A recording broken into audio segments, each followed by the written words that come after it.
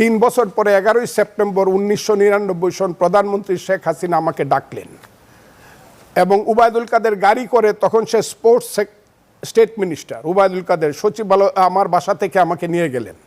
আজকের উবায়দুল কাদের my friend আমাকে আপার সামনে দিল। আপা বলল, ফজলু যা হওয়ার হইছে দলে আইসা পর। উনি আমাকে তুই করে বলে, কারণ গোলাপ ভাই মারা গেছে। গোলাপ ভাই হলো কিশোরগঞ্জ 1-এর যে এমপি ছিলেন শামসুল হক গোলাপ মিয়া, তখন মারা গেছেন।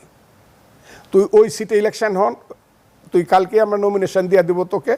আর উবায়দুল কাদের লেখো তো, এই ফজলুর সমস্ত পদ পদবি যা আছে সেন্ট্রাল কমিটি সব ফেরত দেওয়া হইল। আর তুমি ওই সিটে গিয়া এমপি হয়ে আসলে পরে তোমাকে খুব সুস্পষ্টভাবে বললো, উবায়দুল কাদেরও জীবিত আছে, শেখ হাসিনাও জীবিত আছেন। বললেন যে সাদেক সাহেব শিক্ষামন্ত্রী, উনি একজন আমলা, ততটা উনি করতে পারতেছে না, তুমি প্রতিমন্ত্রী হিসাবে তোমার বন্ধুদের সাথে বসবা।